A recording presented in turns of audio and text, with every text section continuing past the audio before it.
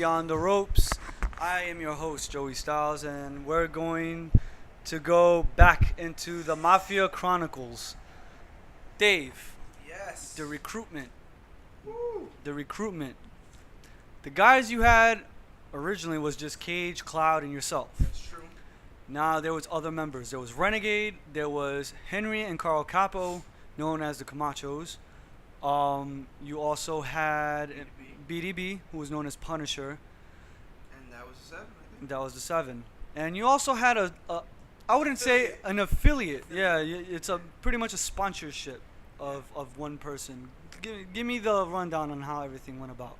Well, in my first inaugural promo for NXW, I was trying to be as heelish as I possibly can. And I said in a sarcastic way that NXW was my family. And I started using the words family, and I was the head of the family, and just family, family, family. And eventually the Mafia ended up coming out of that. When I was released from NXW, it was actually Jay Cloud and Jason Cage that started actually using the Mafia moniker on the social media sites. They created the Mafia pages. They created the Mafia, they almost became almost cyber bullies on the internet because social media became our way to promote. So how do you kill promotion on social media? So these guys, like renegades, no pun intended, would go and they would just, they were making grown men cry on the internet. And so at first we just had a lot of what we would call affiliates or associates. We just had people who were for our cause. They weren't necessarily going to rock the colors, but they understood why we were doing what we were doing, and they wanted us to be successful in what we were doing. It was after, I would say, after the events that took place where we actually found Anarchy, who was hiding, that people started actually becoming members of the Mafia. Because before then, we didn't even know what the Mafia was ourselves. People wanted to enjoy the hunt. Right. Get down on the hunt. And so we were told that J Cloud did not have a championship match for WMX. But we were also told that the Four Fathers match wasn't going to take place at all either. So we're like, what are we gonna do? So we just, the hell with it. We're gonna go hunting, and that's exactly what we did. Yeah, we became so popular that people from other federations were willing to help us on our hunt for Anarchy because they wanted to see a resolution. They knew there was a situation and it needed to be resolved, and we were dead set on finding Anarchy because no matter how much he wanted to give us the rope-a-dope, that he was gonna be in one place. Bronx, Brooklyn. Listen, we knew where he, unbeknownst to him and everybody else that was a part of his, whatever you want to call it, his new run, or whatever the case is, we knew where he was going to be regardless. Whether they wanted to tell us or not, we were going to be there anyway, because I do my homework. So when I first came back to the yard, I was, window shopping on which Fed I was gonna end up going to, and DIW was also one of those Feds that I also considered. But then I ended up going to HOW, and then I started hearing rumblings that he was going to DIW, and I already knew what DIW was. It wasn't in the Bronx; it was in Brooklyn, in Marcy. So whatever they wanted, whatever wrench they wanted to throw at us, whatever curveball they wanted to throw at us, whoever it may be. We know what we were doing, and we knew where we were going. So regardless of the fact we were going to be there anyway. So and a humongous thing that got the Mafia off was we had a humongous intimidation factor. We were really good at intimidating people. And it was at the point where we were almost claiming, without claiming, that we were going to sabotage any form of WMX that were to become out of NXW if J Cloud was not in that main event. Because we felt, and I still feel, that he should have been in that main event and should have walked away with that championship. And we were going to show the powers that be that you just can't do stuff like that. And Mafia was created essentially because of that, because it was a group of people who said, that's not how business is done. And I had no problem grabbing these people up and putting them in a group and just taking them to new heights. My favorite part of wrestling history is the fact that Stone Cold Steve Austin helped WWE beat WCW in the Monday Night Wars, and he was a nobody in WCW. He was a nobody, and it took someone taking a chance on him and putting him in a new light to make him the biggest star in this industry. And I believe that's all it took was a chance. So I took 6 chances. Well, I just want to say to the listeners out there, if you hear the Long Island Railroad in the background, I deeply apologize. It's not my fault. This is my apartment. I can't help it. I can't help it. The noise is going on, but the show will go on. It's the whole train. The Godfather reference. I like that. I like that. All right. So now that you guys, you pretty much in character put out a hit on Anarchy. You guys were successful in getting the hit done. Couple hits. Now, that happened, right? The WMX Four Fathers match didn't happen. No. You had your affiliate cut a promo in With us, yeah. what seemed to be the most frustrated I've ever heard him, and that's Boom. I've never heard Boom be so frustrated with the product. Like, what made him? Did he just approach you, say, "Yo, let's just cut this guy. I need to get this out of my system," or? Well, Cloud was actually the one who grabbed Boom up, I believe, right? Yeah. He was. I know he was running and winning. He But- like you at the time, in the thick of everything, gave me a phone call. Right. And was like, "Yo, what the hell is going on? I'm hearing all of this crap that's happening. What are you doing? This is NXW." And then I told him what it is and what it was. And at the time, after I finished telling him, he, like I said before, he agreed with me because we in NXW were tight knit. So we were a tight knit group. So we knew each other's mechanics. We knew how each other, more or less, how all of us thought and how we work and stuff like that. So when I told Boom what it was, he already had an idea on how things were going. Right. So he felt some type of way about that because it was the same crap from back in the day that was happening today. You know what I'm saying? So he decided he wanted to back us, and then he said his piece on in the promo, and then that was that. I mean, it felt realistic and organic because for the most part, a lot of it in what he said was, and that's how he felt at the time.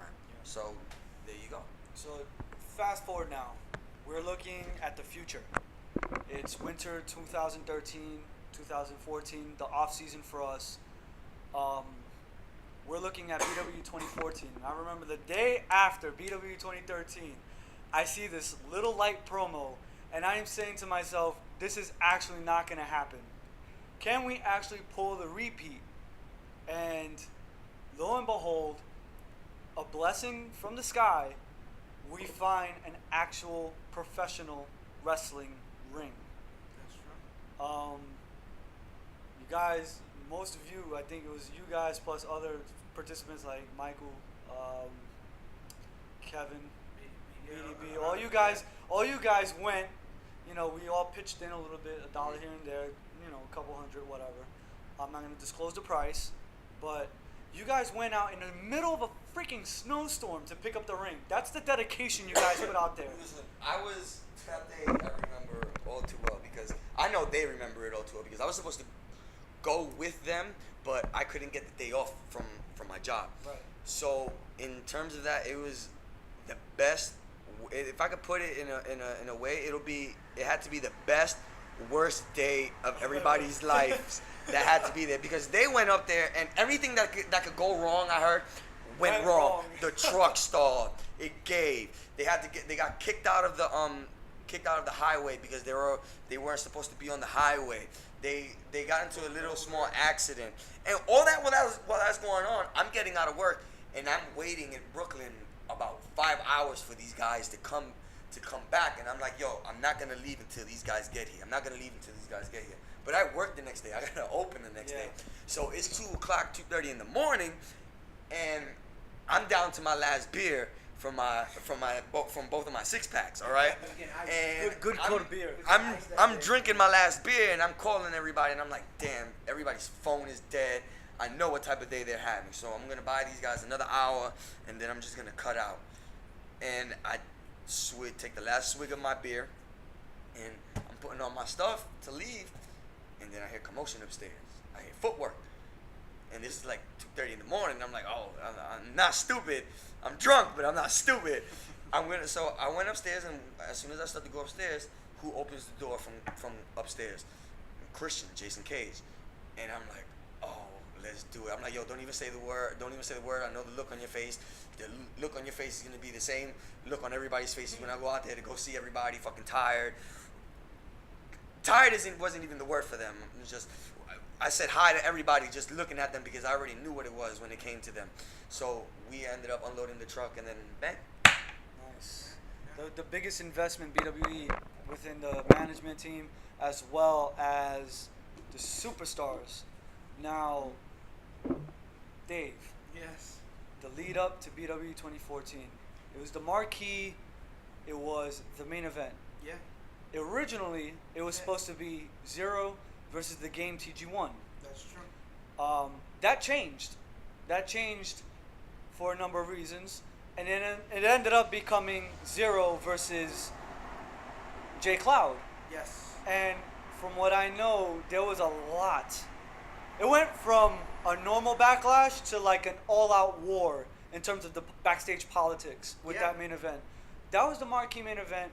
They were on the main poster. They were on promotions. They were everything. There was promotions back and forth. J Cloud sitting in front of 174 Chestnut, and then Zero going to the quote-unquote the Hollow Grounds of NXW in the Athena Arena in IS-302. Now, these guys were at war since February, January, I believe, all the way through the summer up until BWE 2014. What happened? Why did TG1 get removed? Why did J Cloud get inputted? And how did you feel? Did you feel any of the backlash with that change of the main event? To say the truth, it's really getting hazy as far as why TG1 got removed from the main event. But I do remember that while I was going through all this stuff with the Mafia that summer and going through all this stuff with NXW, the BWE brass was paying very close attention to how I operated and how I was conducting myself. At the time, management in BWE was really starting. I was really starting to gain traction with them. They were really starting to trust me and starting to believe that I could offer an alternative as far as ideas. I like to think that I offer the contrarian opinion, although it's not always the right one. I'm the guy who's going to disagree, just so we can look in another direction. And we didn't have that. We had one guy at the top of creative for a very long time. Not saying he did anything wrong. He did put a lot on his back, though. So to delegate those responsibilities to somebody else was very important. And one of the most integral things that happened was I became CEO in September of 2014. They made that decision. I think it's one of the best decisions the company's ever made, and that's tooting at my horn as hard as I can toot it, because I've seen the CEOs that come and go in this company, and we didn't have the best ones. We had ones that didn't know how to talk to people. We had ones that didn't want to get in the ring. We had ones that only thought about themselves. And I was willing to give this job that no one wants, because it's a thankless job. It's a hard job. You're up, you're doing promos, you're checking up on people, doing music, you're doing videos. No one wants this job, but I figured if I put it on my back, I can take care of those who need to be taken care of, because it's hard for the man on top, the chairman, to see everyone. And so now I'm CEO, and we're thinking about putting on the best main event. We just did 13. How do we put on the best main event ever? I took it back to bare bones professional wrestling. We need a bad guy. And we need a bad guy no one's ever seen. And we need to make that bad guy the baddest guy that no one's ever seen. And we need to make your hero go through some strife and go through some struggle, and so people could want to root for him. And we stripped all the other stuff down and said, we have to get from A to Zero and Cloud at 14. And we got on that roller coaster and we went full speed. Me and Cloud did every antagonistic, is that a word? Antagonistic, I think. I think that is a word, yeah, huh? That's triple word score. Antagonistic thing that we possibly could. I gave the man video game covers. I gave the man, covers of magazines. He had won Slammy of the Year. And people were really starting to waver the line between kayfabe and real life.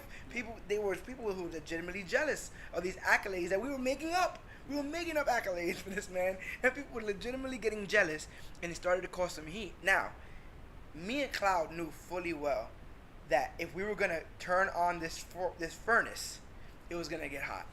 It was going to get hot as hell. And we were in the position where the 7 members of the Mafia, if need be, were going to stand side to side through any backlash, politics. We came in together. You know, after this whole NXW thing, they backed me, so I backed them when I re-signed a Jason Cage. You know, when I put faith in a Carl Camacho, when I put faith in a BDB, and I try to revamp these guys and make them bigger than they were. They saw that in me, and so they've always supported me, and vice versa. So when it came to Cloud, we knew it was gonna get rough, and it did get rough. There was people. I remember Cloud. Do you remember people at one point? People were saying that you were the only man promoted in the company. God, yeah. There was in fact there was frustration. They felt that he and Zero, because it's a two-man tandem whenever you do promotion on a match. Yeah. There was a bit of tension because some people felt they were over promoted, but I've always expressed myself, and I've always said, you're responsible for your own promotion. Your job is to outshine the other guy. Right. You have to do it. Even if you don't, at least you try, for one. And for two, it's your creative psychology behind it. Because if you don't have... And it's fresh. It's competition amongst each other. You know what I mean? It's a healthy competition. It should be a healthy competition because that's what we are here for. We're here not only to put, the fans out there. You want them to see what you guys can bring to the table, but you also got to try your best to outclass one another. And it's not a bad thing. The competition's always good. It makes it fresh because one match can always be as good as the other one, or it could be all on the same level. Yep. So and that's another thing. BWE, top to bottom, they were all fresh matches. Yeah. Not one guy fought the same guy again. That was a lot of this new direction. This me being the CEO, I would sit down with the chairman and okay, what can we do different? How can we make us stand out? And I can say that our chairman is one of the best when it comes to promotion, when it comes to design, when it comes to entertainment. Absolutely. He's encapsulated the entertainment aspect of it. And I feel like he leans on me for the professional wrestling aspect of it. And the combination of both has gotten us to where we're at. But one of the biggest things in entertainment, one of the easiest things to know in entertainment is if you want to stand out, you have to be different. Yeah. Have to be different. So we got a new logo. That was something that we never did before. Yeah. We got a new logo. New We got slogan. upwards of $2,000 for a wrestling ring, upwards, hundreds of dollars for a set, wireless microphones. These was all the new information, the new plan that I had, because I said if we want to be the best, we have to look like the best. Yeah. And with the chairman's, with the chairman backing me up, it was easy for me to look at the troops and say, all right, where do you guys want to be? Because I want to be on top. Yeah. If you guys don't want to be on top, I'm pretty sure there's other companies out there. Right. But we're going to be moving 500 miles an hour, and you either catch up or you're going to get left behind. Next thing you know, Cloud has this humongous responsibility of not only coming into a locker room full of people who he probably didn't know, but knowing that they don't take too kindly of the fact that he walked into BWE and put his feet up on the table. Now, speaking about that responsibility, Cloud, you had a lot of responsibility. And that's just, it's crazy to me because in just 1 year, you went to regret and a lot of decision making, and all that transformed into a position in the main event slot and a big weight on your shoulders. You and Zero had to share that weight. What were your thoughts about getting the main event spot? Did you feel any pressure? Did you feel you have enough to take it to the limit with Zero? And how do you feel about Zero as a competitor, as a person? Give me your thoughts about that. You got a minute? I got approximately 15 more minutes. I don't know where to start. Let's start on the change from TG1 to J Cloud. You got the call. Listen, you're gonna be main eventing. What was that like? I was like, at first, I'm like, are you sure? And then I asked that question sarcastically, of course, because otherwise they wouldn't have made the phone call to me to reach out. Yeah. TG1, as far as I feel about TG1, I could care less because I have a history with TG1 that stretches back to like NXW days when I had my main event run at NXW. Yeah. But I'm already drifting apart. So personally, did you feel the pressure? I wouldn't say pressure or responsibility. Like the pressure I felt more towards the month, or I'd say the coming weeks after Raw. Yeah. Because that's when I knew it was go time. We got Raw out the way, and the only thing left was 14. Yeah. So that's when I started to feel the pressure. as far as responsibility goes, I understood the responsibility, but at the time I wouldn't, and at the same time now I wouldn't say it's responsibility. It's more of, Jay, you're getting ready to go work your ass off, and that's something that I pride myself off of doing. Like since the jump, ever since I was small, I've always tried to work as hard as I could. Like work isn't something on camera either that I try to portray.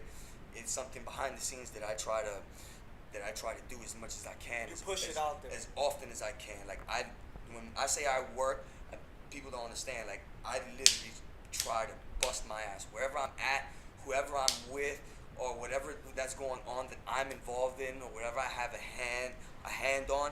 I'm gonna bust my ass to push that out and work as hard as I can, as much as I can, regardless on how everybody wants to see it, on whichever way they want to see it. I'm gonna work. Like I don't see it as a responsibility. Like I recognize the responsibility, but I understand what comes with the responsibility, like the workload, and that's fine with me. Like I wouldn't have it any other way. Like I would rather bust my ass because that's how I've always done it. I've always tried to bust my ass. So I wouldn't say it's a lot of responsibility. Like the responsibility is there, don't get me wrong, but I just took it as, all right, here we go, get ready to knuckle down because it's about to get really, really, really worky, you know what I mean? So I just saw it that way. Yeah, and it was a guinea pig situation. Everything Cloud did was literally his first time doing it in the BWE. Yeah. If he coughed, it was his first BWE cough, and people would sit there and criticize his first BWE cough. Everything he did was not only his first, but it was under a magnifying glass. Like, everyone was waiting to see the man fall down. Like, don't get me wrong. Like, I understood guys were looking at me like, what the hell? Like, this guy hasn't even took a breath in this freaking place, and he's getting the top spot at the top show. You know what I'm saying? So I already knew coming in I was rubbing people the wrong way. So why not take advantage of that? You know what I mean? Not to mean that some of the stuff that they were putting out at the time wasn't true, because I was the hottest signee of the year of 2013, and possibly even 14, or who knows, because we got a couple of months left. You know what I'm saying? So still, not to say that some of the stuff wasn't true, because I do believe some of it was. So I already knew coming in people were gonna want to wring my neck. So that's nothing that was no surprise to me. So I just decided to work with it and keep using it as fuel. And I did get whether people want to deny it or not, I did get it under a lot of people's skin, and that worked, and it worked. And at the champ at the time, I know I got under his skin because he was very unfamiliar with me. He knew where I came from, but at the same time, everybody else knew where I came from, so that kind of left a bad taste in my mouth. But at the same time, I was the only one from my camp, one of the very few that didn't come to BWE and did the dance. You know what I'm saying? So I already knew what the type of sandwich I was buying into, you know? So, now, Zero is the guy you fought. He was the former BWE champion. For 10 years. Well, you know how statute of I'm limitations. sorry, my opinion. That too. If you're inactive, that don't count. Right, If right. I was champion and I didn't wrestle for 10 years, I wouldn't say I'm undefeated for 10 years. I didn't do a damn thing. That's no disrespect. That's not a disrespectful comment. I That's guess just what I mean to say is he was on top yeah. for 10 years. Even if you want to even consider it champion, he was considered the company's figurehead for 10 years. Yeah. That is no small feat, and the fact that man was threatened, the fact that Jay Cloud was threatening that at 14, As the character, yeah. as the character, right, it was incredible because wholeheartedly, me and Zero go back, wow, probably I was 12, 13 knowing each other. He could have at any point been like, screw this. Yeah. Screw this. I won't show up. And people did that. Mm-hmm. People did do that at 14. Oh, yeah, a lot. People did say, screw this, I'm not going to show up. We're better off for it. I always said, this analogy, you always hear me, we're on the ark. This is the 40 days and 40 nights, right? And I'm Noah in this piece. And we're the animals, I guess. Yeah, exactly. And I'm gonna bring you out to the promised land, but it's gonna rain, and it's gonna take out everybody else who don't belong. It's gonna take out the pretenders. It's gonna take out the non-believers. It's gonna take out the naysayers. It's gonna take out the people who say they're gonna do something and they don't. The people who are lackadaisical. My goal is at the end of this, BWE has the all-star roster it was supposed to have by whittling down all the pretenders and bringing in a couple New guys. a couple A-plus players. Yeah. Because that was another big thing. BWE was not open to opening our universe to other people because we had seen so much scrutiny before. Yeah. It took a lot of personal confidence in our brand and knowing that we've established the brand and the brand was so strong and already established that we can now move forward. But that all took time. That all took hard work. And now we're at a point and we have a champion where we're somewhere we've never been. We've never had an undisputed champion with this much heat, with this lack of experience in this brand, with this much exposure in other brands, because people know him from other companies now. Now we have more eyes on this product more than ever, because BWE fans watched BWE to see BWE Champion Zero. We have TCW fans, we have VCW fans, all watching because of the name that Cloud made around, which then helped us make our name around. I don't see the negatives to it. And again, this was something that I had proposed to the NXW a year ago. They denied it. And now we're sitting in the promised land because of an idea that should have went off without a hitch. Right. Now, Taps go immediately. folks, I know you can't see, we're not on camera, but we are only listening to the show. Jay Cloud is the kind of guy who, with his book bag, he carries around his BWE championship everywhere he goes.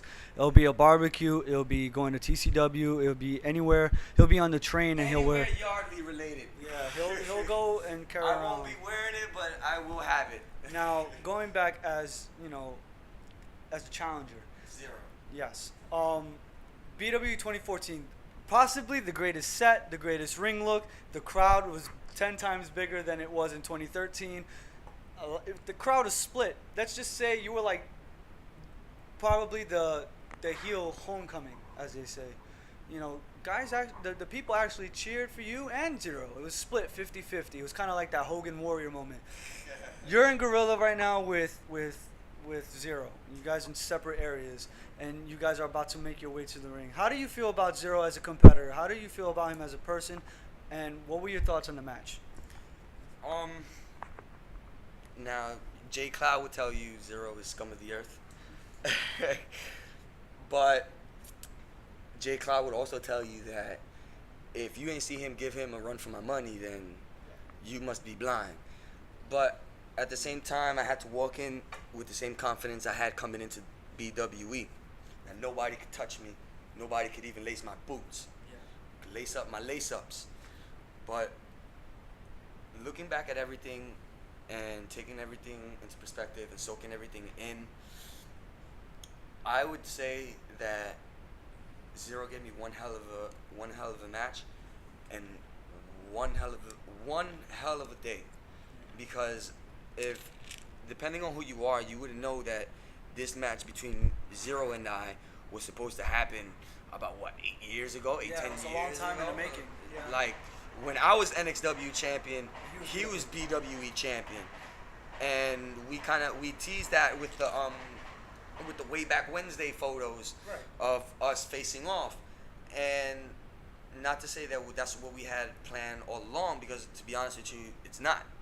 So he's a hell of a guy, hell of a talent as well, and I had people during the year telling me that, he's not going to be able to go the way you want to go. He won't be able to keep up with you. You're going to have to slow down with him. I'm like, listen, regardless on how everybody wanted to cut it or slice it, because they know me and they know how I am. They don't know much about him because everybody for the most part is on the outside looking in. You know what I mean? So they only see what we show them, unless we tell them. But Zero's a true professional, if I had to say. And I mean, I didn't get a chance to speak to him the way I wanted to speak to him out of 14. Yeah. But if I did show him the appreciation that I wanted to, if he's seen that, then that's great, because he gave me one hell of a match. I mean, the title says enough. Yeah. You know what I mean? And I beat him. I mean, I'm jumping from point to point here. I can already tell, but because this is a touchy subject for me, because he also gave me one of the biggest, if anything, the biggest match of my career in front of the largest crowd that I've been a part of, and I had the pleasure to share that with everybody. A lot of people that I've known came to come see me fight for the first time. His family came to come see him defend his belt, and it was just a lot of the stuff that I wanted personally and that I needed personally for me as a yarder happened that day. As for everybody trying to see me for the first time ever, that knew I was wrestling and knew how I was wrestling for as long as I was doing, it was special for me. And for him to go ahead and for me and him to bump heads all year round, for that to be promoted the way it was as a big fight feel, to me it lived up to everything, and I couldn't ask for anything more, man, to be honest with you, and that's coming from the heart. And I haven't sat down with him one-on-one to tell him all of this, because he's busy. He's got the weekends off. I don't have the weekends off, and I just have me and him have numbers, and I'm the type of the person to want to tell him this type of thing face to face, regardless if it's on the radio or not. So that, to be 100%, that's my guy, man. Like, he couldn't have done anything or more to have anything out, to have anything else that have been done. Let me ask you a question, Joey Stylez. Go ahead. Oh no, Joey in the green. Did you like that match? Did you like that main event? I loved that main event, and I loved the card from top to bottom. Did you know that Zero was wrestling with a pull back muscle? Yep. I had no idea. Yeah. He wrestled Zero. like he was 100%. He Go ahead, was. let him know. Everybody knows how I am when it comes to breaking that proverbial fourth wall. I try not to break it for anything. I understand. During the scrimmage, we getting ready for 14, he pulled his back out real bad, Didn't know that. and it was bad. We couldn't train or Couldn't anything. walk, couldn't couldn't stand, walk. couldn't. It was really All bad. he could do was go to work, go to his job, and go home. That's it.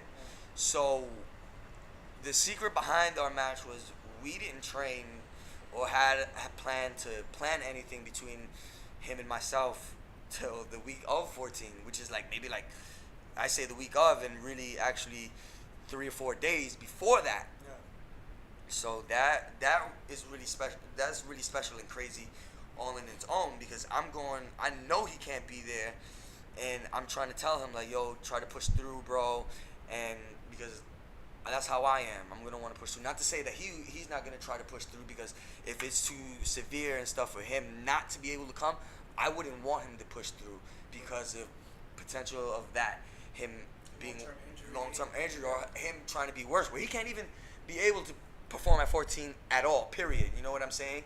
So that was an issue all in its own. People don't know about that at all, and I try to keep that under wraps. The only people that knew about that were me, Dave Mathews, and who that shall not be named. You know what I mean? Don't say anything. Don't Don't name know him. that No, shall not be named. but no, he's telling the absolute truth. And you think about it. I mean, you probably woken up with bad back sometimes, course, and yeah. you're like, I'm gonna call out of work. Yeah. Not only did he wake up with a bad back, but he woke up and got dressed in the attire that he bought himself. Yeah. Came out to the ring music that he recorded himself, Yeah. with the championship that he bought himself to lose. The fact that he did those things showed me that we had the roster that I always knew we wanted, Yeah. and had the people. They were finally in place and with the right mentality, and that can't beat it now. You It's can't crazy beat it now. because with that being said, with what he just said, and all right, you have him say that, and then you have everybody else in my ear telling me the whole complete opposite. Yeah. And I'm here telling everybody, I'm like, yo, you guys don't even know this dude from a hole in the wall. I've actually spent time with the guy, and I can tell more or less he's not going to be that way. But even if he is, I could give a damn, because I'm giving him my 100% complete trust. Yeah. You know what I mean? So I could give a shit what everybody else is saying, because regardless of the fact, Jarvis and Mike are going to do what they got to do for BWE, regardless of what anybody's going to say or how they feel. You know what I mean? So there's that. All right, I got 2 more minutes left on this podcast, and I want to get a final thought, which is just to go get this out of both your minds. I find this to be fun. I have no, we don't get paid to do this. We don't get, and I'm gonna ask probably every guest this at the end of the show because not that it bothers me. It's just we're passionate about this. We all met because of this. Wrestling's an art. It's an art form that we all appreciate. Just like people like basketball, people like football. We love wrestling. Comics. It's all. Yeah, it's all a relative. passion. There's always a passion for everyone. This is ours, and we have fun doing this. I don't see this as anything else. And lately, there's always somebody or someone negative saying, like, it's like politics. Right. They always got their egos in the way. They always want to say something negative. And one of the things I've heard negatively was, there's no money in yarding. Yeah. How do you feel about that? To me, the statement "there's no money in yarding" that's almost like saying there's no money in birthdays. Yeah. Right? You don't make money on your birthday. As a matter of fact, you probably spend money you shouldn't spend on your birthday. Right. Ridiculous amounts to go on vacations Yeah. and to go, to go to clubs and to buy a car. You know why you do those things? Because you deserve to do those things. Right. Because you were born on this earth, and the only person that's really gonna ever make you happy is yourself. Yeah. There's no money. There might not be any money in yarding, and I can tell you, I spent significant amount of money into this company. I'm probably one of the primary shareholders of the BWE. I don't give a damn about the money because the smiles that I saw backstage were worth more money than I've ever been paid. I was overseas in the military, getting paid well by the government. I was, I've been to Iraq, I've been to Kuwait. I've been around. I've gotten the money. I've had my share of cars, and I've lived in my share of places, and it's been miserable. Miserable. My weeks would be so boring that I would just drink all weekend and forget about it. Next thing you know, it's Monday, and I'm back on my weeks again. I was tired of the mundane life to life that's going on. What we do, some people get offended. I don't call it yarding. I don't know what the word is for it yet, but because we're taking this to a whole nother level. There's emotion in it. There's dedication. There's time and there's patience. Everybody is crafted now with theme songs and attire and characters. The characters you would see in a movie. People are now salivating at dream matches that probably have occurred 10 years ago, but now everyone seems so brand new. The same people who say there's no money in yarding probably are online to be part of the roster, probably were in front row to see our shows. They're the same people who weren't invited to the party, and therefore the party's whack now. There's a saying, you only downplay the money when the money is down. When you don't have any money, money's not important, right? Of course it's not.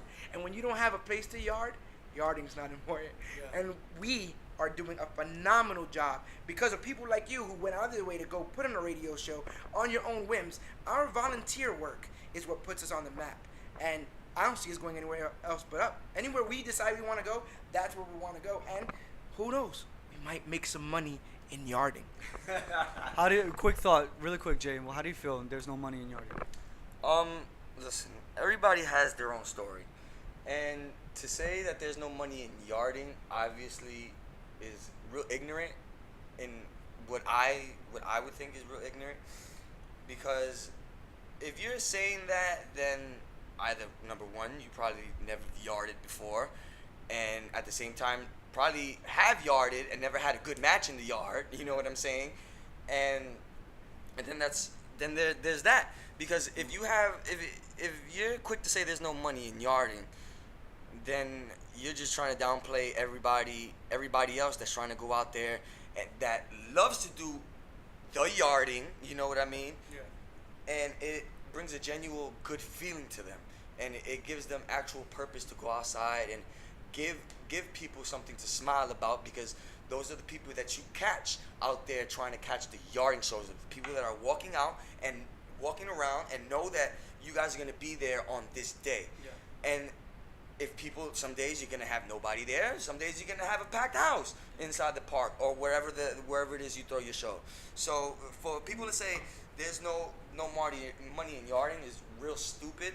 Plus, it's stupid is all I can say about it. I mean, for people, to me, it doesn't bother me because I've seen the smiles and I've been a part of all these moments and stuff like that. So for people to even consider that fact that there's no money in yarding and for that to influence them on their decision on yarding and let that have an impact on them on their decision on yarding is stupid, because you're going out there and you know what you're doing. You're seeing the moments that you're creating with your boys. You know what I mean?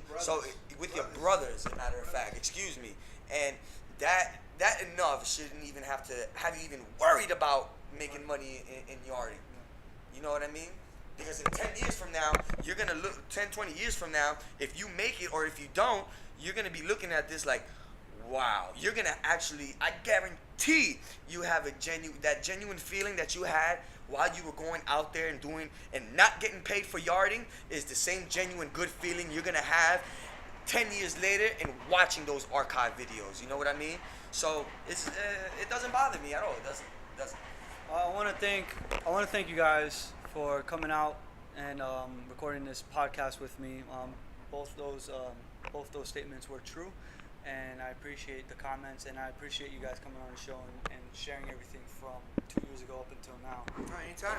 Yeah, let us know when we can come back. Oh, and yeah. bring some beers. Yeah, good cold beer. Go to the strip club? Yeah. Strip club around here or something? No, I wouldn't even Oh, go wait. out here. I wouldn't even go to a strip club out here. God knows what you'll find out Hey, here. one-legged strippers, eh? I'm with it. But just to conclude and wrap things up, about the whole, there's no money in yarding. Let me tell you, I want to tell you viewers out there or those listeners out there something. For the last 2 years of my life, I went back to college. I got my degree. I graduated with honors. I'm an honors student.